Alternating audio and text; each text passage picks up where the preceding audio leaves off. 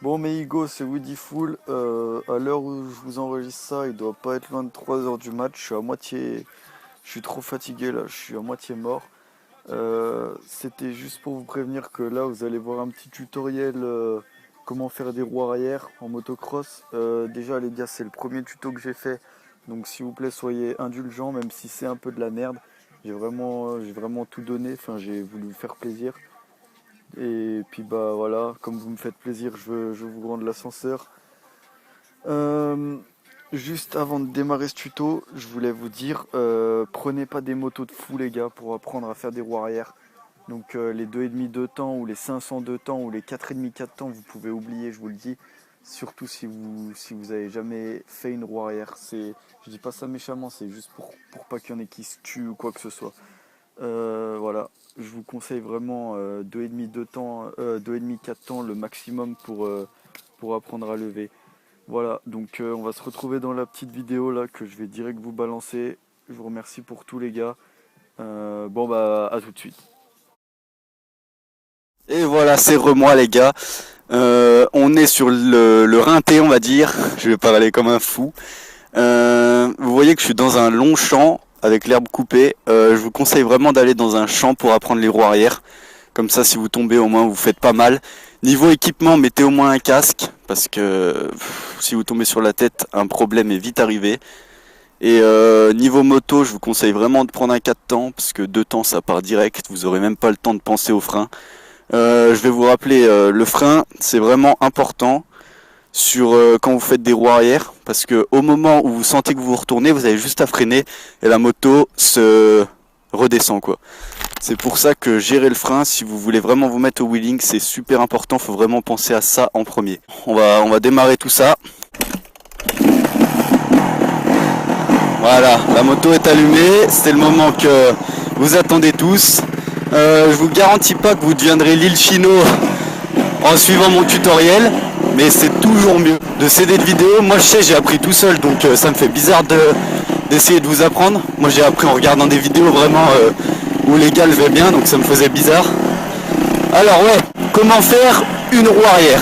Sur le plan physique, il n'y a rien de dur, surtout avec une motocross. Ah oui, alors je tiens à rappeler que ce tutoriel est valable uniquement pour les motocross. Pas les 50, tout ça, je fais pas ça les gars. Même les scooters, je fais pas. Il n'y a rien de plus simple à lever qu'un scooter de toute façon. Alors, pour faire une roue arrière sur une moto, c'est très simple. Là, il y a l'embrayage, là, il y a l'accélérateur.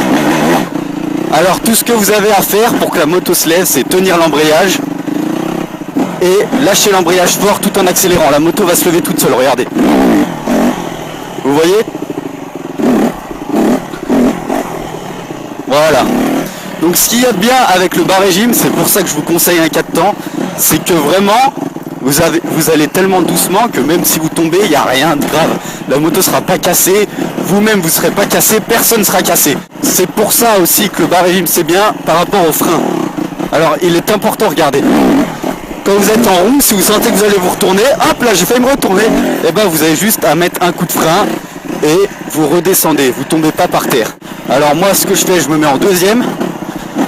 Je vais tout doucement. Donc sur le bitume ça va encore mieux que sur les champs. Voilà, deuxième, coup d'embrayage. La moto se lève toute seule. Hop là. Là je pense au frein bien sûr. C'est sûr qu'après, si vous voulez que la roue arrière dure longtemps, c'est pas en deuxième que ça va se faire. Il faut passer les vitesses.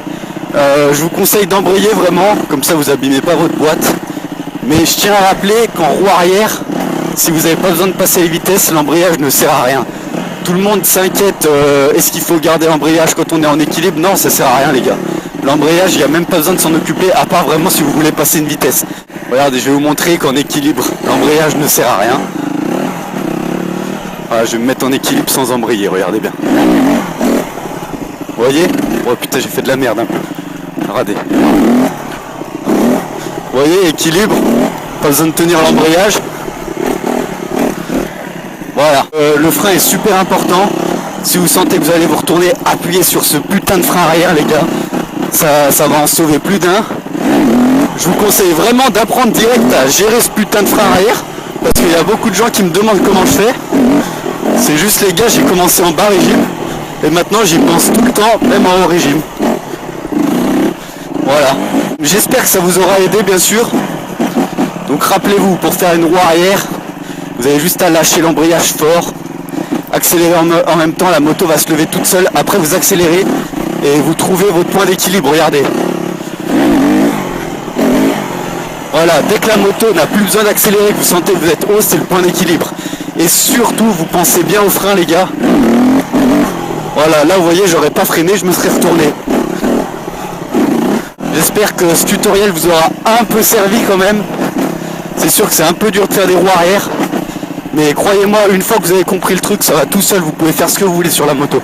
Vous êtes déjà plus de 1700 abonnés sur YouTube. Ça fait super plaisir, ça va super vite. Continuez à m'ajouter sur Facebook, Snapchat, Instagram, je réponds à tout le monde, il n'y a pas de souci. J'accepte tout le monde aussi, ça fait super plaisir. Plus de 2500 personnes sur Snap. Vous êtes vraiment les meilleurs, je vous kiffe. Et voilà les gars, il y a une vidéo en 2,5 YZ qui arrive dans pas longtemps. Il y a une vidéo remerciement 2000 abonnés, dès que j'aurai 2000 abonnés je la balance. Voilà les gars, c'était Weedyful. Je vous kiffe trop, je vous aime, bisous. Je sors mon cul du rinté. Je suis pas un rappeur, sans vocodeur je suis claqué. Je fume une yak, ça vend 2 épaules. Lias de teco.